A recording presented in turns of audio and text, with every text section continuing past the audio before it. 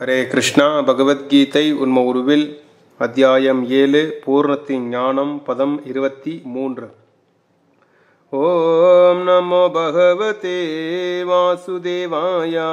ஓம் நமோ பகவதே வாசுதேவாய. அந்தவந்தோ பலம் தேசாம் தத் பவத்தி அல்பமேதசாம் தேவான் தேவயஜோ யாந்தி மத்பக்தா யாந்தி மாமபீம். அந்தவந்தோ பலம் தேசாம் தத் பவத்தி அல்பமேதசாம் தேவான் தேவயஜோ யாந்தி மத்பக்தா யாந்தி மாமபீம். மொழிபெயர்ப்பு மற்றும் பொருளுரை வழங்கியவர் தேவத்துராச பக்தி வேதாந்த சுவாமி ஸ்ல பிரபுபாத ஜெகத்குரு ஸ்ல பிரபுபாத கி ஜெயம். தேவர்களை வழிபடும் சிற்றறிவு படைத்த மக்களது பலன்கள் தற்காலிகமானதும் ஓர் எல்லைக்கு உட்பட்டதுமாகும். தேவர்களை வழிபடுவோர் தேவர்களின் உலகங்களுக்கு செல்வர். ஆனால் எனது பக்தர்கள் இறுதியில் எனது உன்னத உலகை அடைகின்றனர். ஓம் அஜ்ஞானதிமிராந்தஸ்ய ஞானாஞ்சனசலாகயம் சக்ஷோரன்மிலிதம் யேன தஸ்மை ஸ்ரீ குரவே நமः. நாராயணம் நமஸ்கிருத்யம் நரம் சைவ நரோத்தமம் தேவீம் சரஸ்வதிம் யாசம் ததோ ஜயமுதீரயேத்.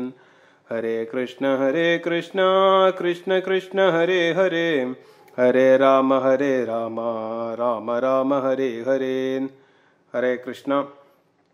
பகவான் ஸ்ரீ கிருஷ்ணர் இந்த பதத்தில் குறிப்பிடுகின்றார், தேவர்களை வழிபடுபவர்கள் அப்படின்னு பார்த்தோம் அப்படின்னா பலன்கள் தற்காலிகமான பலன்கள் கிடைக்கும். அதுக்கப்புறம் ஒரு எல்லைக்கு உட்பட்டது அப்படின்னு குறிப்பிடுகின்றார். நிறைய நேரத்தில் மக்கள் பார்த்தோம் அப்படின்னா யாரை வழிபட்டாலும் வைகுண்டம் போயிடலாம் சுவாமி அப்படின்னு நிறைய பேர் சொல்வது உண்டு. அது எப்படி போக முடியுமா? சாதாரணமாக இந்த உலகத்திலேயே நம்ம ஒரு பயண சீட்டு சென்னைக்கு எடுக்கிறோம்னு வச்சுக்கோங்களேன். பாம்பேக்கு போக முடியுமா? கண்டிப்பாக போக முடியாது. பாம்பேக்கு பயண சீட்டு எடுத்தோம் அப்படின்னா பாம்பேக்கு போகலாம். சென்னைக்கு பயண சீட்டு எடுத்தோம் அப்படின்னா சென்னைக்கு போகலாம். அதுபோல் யாரை வழிபடுகின்றோமோ அங்கே தான் செல்ல முடியும். மருத்துவம் படித்தா மருத்துவராக வேலை பார்க்கலாம். ஒரு பொறியாளராக படித்தோம் அப்படின்னா பொறியாளராக வேலை பார்க்கலாம்.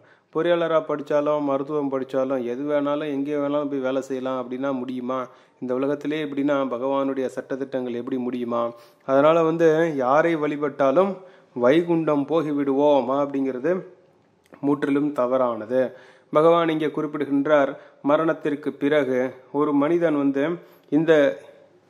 இந்த பிறவியில் நாம் யாரை வணங்குகின்றோமோ அங்கே சென்று விடுகின்றோம். பகவான் இங்கே குறிப்பிடுகின்றார், யாரெல்லாம் தேவி தேவர்களை வணங்குகின்றார்களோ அவர்கள் தேவி தேவர்கள் வசிக்கும் உலகத்திற்கு செல்கின்றார்கள் அப்படின்னு பகவான் இங்கே குறிப்பிடுகின்றார். யாரெல்லாம் எனது பக்தர்கள் என்னுடைய தாமத்தை வந்தடைகின்றனர் அப்படின்னு பகவான் இங்கே குறிப்பிடுகின்றார். இந்த தேவி தேவர்கள்லாம் எங்க இருக்காங்க அப்படின்னா அவர்கள் இந்த பௌதிக உலகத்திலே இருக்கின்றார்கள். 14 உலகங்கள் இருக்கின்றன. பூர் புவர் நம்ம இருக்கிறது பூமி. அதுக்கப்புறம் பூவர்லோகா மகர்லோகா ஜனலோகா தபலோகா பிரம்மலோகா இப்படின்னு 7 உலகங்கள் இருக்கு. நமக்கு மேல 6 உலகங்கள் நம்ம இருக்கிறதோட சேர்த்து 7. அதுக்கப்புறம் கீழே அத்தல வித்தல சுத்தல தலாத்தல ரசாத்தல மகாத்தல பாத்தால இப்படி 7 உலகங்கள் கீழே இருக்கின்றன. இப்படி 14 உலகங்கள் இருக்கின்றன. இந்த தேவி தேவர்கள்லாம் எங்க இருக்காங்க அப்படின்னா சொர்க்கலோகத்தில் இருக்கின்றார்கள். சொர்க்கலோகத்தில் அவர்கள் இந்த சொர்க்கலோகமும் தற்காலிகமா, இந்த 14 உலகமுமே தற்காலிகமான உலகம் அப்படின்னு புரிந்து கொள்ள வேண்டும். ஏன்னா இங்கேக்கும் பூமிக்கும் சொர்க்கலோகத்துக்கும் என்ன வித்தியாசம் அப்படின்னா அங்கே ஆயுள் காலம், மனிதனுடைய ஆயுள் காலம் அதிகம். இப்போ நமக்கு 360 நாள் ஓடுச்சு அப்படின்னா அவர்களுக்கு ஒரு பகல். அதுக்கப்புறம் 6 மாதம் நம்ம 6 மாதம் ஆச்சு அப்படின்னா அவர்களுக்கு ஒரு பகல். அதுக்கப்புறம் இன்னொரு 6 மாதம் ஆச்சு அப்படின்னா அவர்களுக்கு இரவு. இது போல் 360 நாட்கள் ஆனாதான் அவர்களுக்கு ஒரு நாள். அது அந்த அளவுக்கு சொர்க்கலோகம் அப்படிங்கிறது மிக நீண்ட ஆயுள் காலத்தை கொண்டது. அதுக்கப்புறம் அங்கே சரீரத்தில் நோய்வாய்ப்படுவது கிடையாது. சொர்க்கலோகத்தில் இருக்கின்ற மனிதர்கள் நோய்வாய்ப்பட மாட்டார்கள். ஆனால் பிறப்பு இருக்கிறது, இறப்பு இருக்கிறது. இறப்பு இருக்கிறது அப்படின்னா இந்த மாதிரி இறப்பு கிடையாது. அவர்கள் அந்த உலகத்தை விட்டு சென்று விடுவார்கள். எப்படி ஒரு நாட்டுக்கு போகிறோம் அப்படின்னு வச்சுக்கோங்களேன். ஒரு விசா முடிஞ்சிடுச்சு அப்படின்னா என்ன ஆகணும், நம்மளுடைய சொந்த நாட்டுக்கு திரும்பி வரணும். அதுபோல் வந்து சொர்க்கலோகத்திற்கு செல்லும் பொழுது அங்கே வந்து நமது புண்ணியங்கள் முடிந்து விட்டால் மீண்டும் இந்த உலகத்திற்கு வந்து விடுவார்கள். தேவர்களை வழிபடுபவர்கள் இது போன்று சொர்க்கலோகத்துக்கு செல்கின்றார்கள். அங்கே வந்து எவ்வளவு புண்ணியம் இருக்கின்றதோ அவ்வளவு நாட்கள் அங்கே வசித்து விட்டு ஆனந்தம் அடைந்து சுகம் அடைந்து விட்டு அதுக்கப்புறம் மீண்டும் இங்கே வருவார்கள். அதுக்கப்புறம் பகவான் குறிப்பிடுகின்றார், தேவர்களை வணங்குபவர்கள் வந்து அவர்களுக்கு தற்காலிகமான பலனை கிடைக்கும். வந்து சொர்க்கலோகத்துக்கு போகிறதும் ஒரு தற்காலிகம்தான். அதுக்கப்புறம் வந்து பௌதிகமாக கிடைக்கக்கூடிய வந்து பலன்களும் வந்து தற்காலிகமானது, அதுக்கப்புறம் எல்லைக்கு உட்பட்டது அப்படின்னு பகவான் இங்கே வந்து குறிப்பிடுகின்றார். அதனால வந்து சில பிரபுபாதர் இங்கே உதாரணம் கொடுக்கின்றார். ஒருவர் வந்து இப்பொழுது வந்து சூரிய தேவனை வழிபட்டால் அவர் எங்கே செல்வார் அப்படின்னா வந்து சூரிய லோகத்திற்கு அவன் சென்று அங்கே வந்து பிறவியை எடுத்துக்கொள்கின்றான். சூரிய தேவனுக்கு வந்து அங்கே வந்து சூரியன் எப்படி வந்து தகதக என்று சூரிய லோகத்தில் போனோம் அப்படின்னு வச்சுக்கோங்களேன், நம்மளுடைய உடலே வந்து நெருப்பாக இருக்கும். ஏன்னா அங்கே சூரியனில் வந்து அங்கே வந்து வெப்பம் அதிகம். அந்த வெப்பத்தை தாங்குவதற்கான உடலை பகவான் ஏற்பாடு செய்கின்றார். அதுபோல சூரியனை வணங்கினால் ஒருவன் மனிதன் வந்து சூரிய லோகத்தில் பிறவி எடுக்கின்றான். அதுக்கப்புறம் வந்து சந்திரனை வணங்கினால் அவன் சந்திரலோகத்திற்கு செல்கின்றான். அதுக்கப்புறம் இந்திரனை வழிபட்டால் அவன் வந்து இந்திரலோகத்திற்கு செல்கின்றான்.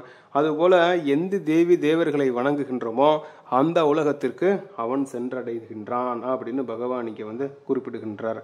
ஆனால் வந்து யார் ஒருவர் வந்து கிருஷ்ணரை வணங்குகின்றார்களோ அவர்கள் வந்து எனது தாமத்திற்கு உன்னத உலகை அடைகின்றனர் அப்படின்னு பகவான் இங்கே குறிப்பிடுகின்றார். அதாவது பகவான் கிருஷ்ணரை வணங்கினால், பகவான் கிருஷ்ணர் அப்படின்னா பகவான் கிருஷ்ணர், விஷ்ணு, ராமர், நரசிம்மர், விஷ்ணு தத்துவம் எல்லாமே வந்து கிருஷ்ண தத்துவம், விஷ்ணு தத்துவம், நாராயணர், நரசிம்மர் இவர்களை யாரை வழிபட்டாலும் வைகுண்ட லோகத்திற்கு நாம் சென்று விடலாம். பகவானை வழிபட்டால் மட்டுமே வைகுண்ட லோகம் செல்ல முடியும். யாரையோ வணங்குறேன் சுவாமி வைகுண்டம் போயிடுவேன் அப்படின்னா கண்டிப்பாக போக முடியாது. பகவானை வழிபட்டால் மட்டுமே வந்து பகவானுடைய தாமத்தை சென்றட முடியும். அந்த உலகம் வந்து தற்காலிகமான உலகம் அல்ல, நிரந்தரமான உலகம். வைகுண்ட லோகம் அப்படிங்கிறது நிரந்தரமான உலகம். நம்ம இருக்கிறது வந்து தற்காலிகமான உலகம். அதாவது படைப்பு இருக்கின்றன, அதுக்கப்புறம் அழிக்கப்பட்டு விடுகின்றார்கள். பிரம்மா படைக்கின்றார், சிவபெருமான் அழித்து விடுகின்றார். பிரம்மா படைக்கின்றார் அப்படின்னா வந்து இரண்டாவது படைப்பாளி நாம் நன்றாக புரிந்து கொள்ள வேண்டும். முதல் படைப்பாளி வந்து விஷ்ணுவே. விஷ்ணு என்ன பண்றார், இதற்கு முன்பே நாம் பார்த்திருக்கின்றோம். முதல்ல வந்து ஒரு அண்டத்தை போல இந்த உலகத்தை உருவாக்குகின்றார்.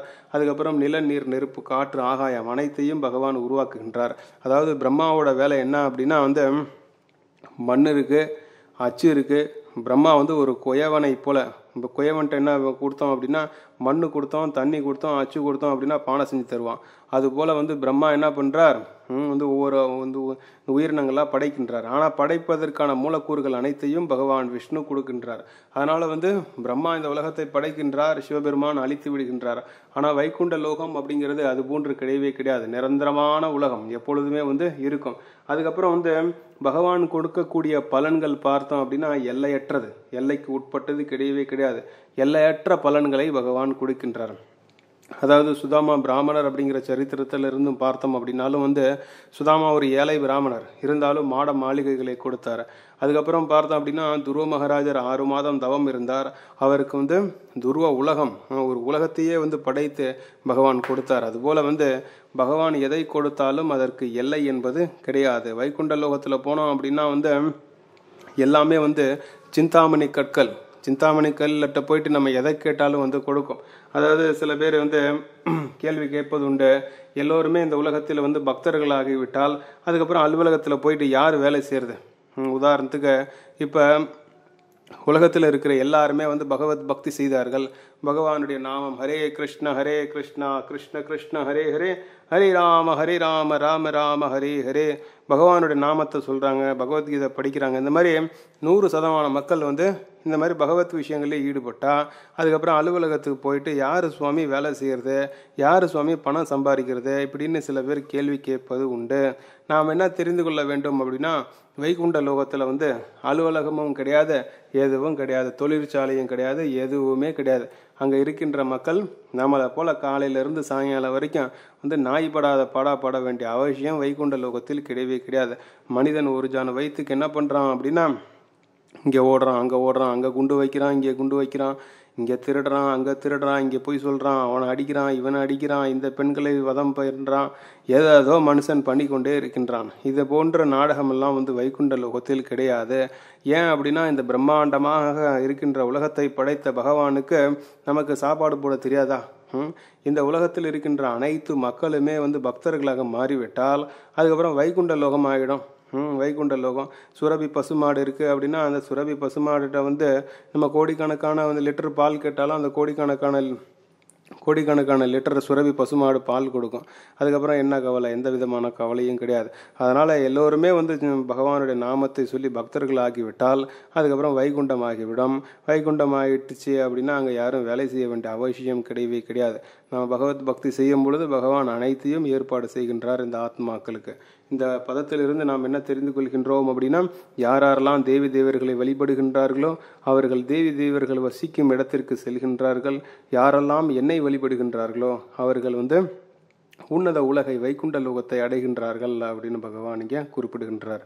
ஹரே கிருஷ்ண கிருஷ்ண கிருஷ்ண ஹரே ஹரேன், ஹரே ராம ராம ராம ஹரே ஹரேன். ஹரே கிருஷ்ணா. நன்றி, வணக்கம். உங்கள் சேவகன் ரசிகா கோவிந்ததாஸ். ஜெகத்குரு ஸ்ரீல பிரபுபாத கி ஜெய். ஹரி ஓம் தத்சத்.